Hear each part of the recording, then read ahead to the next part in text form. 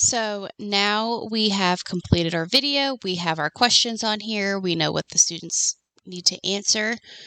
So now we want to create an assignment from here.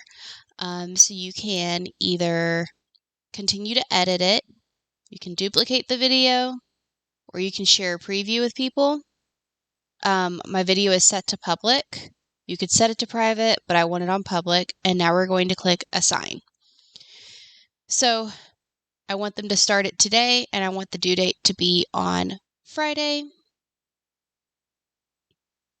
So now my due date is going to be Friday, and my thing is all the way at the bottom. It says okay, but it just doesn't fit on the screen.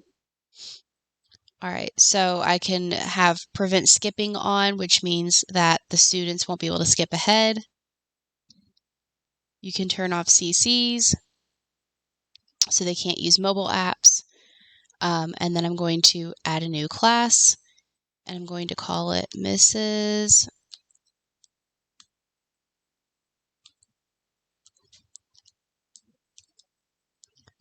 Yonkers class. I can make it for 10th grade, or I'm going to make it for kindergarten.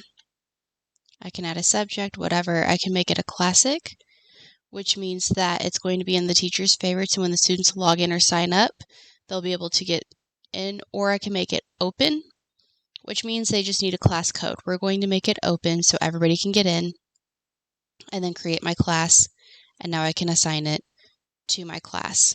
So now students can get in, they can answer the questions, and there you go. And then they'll put in their class code, and I'll be able to see who takes it down here at the bottom. And I can share my assignment,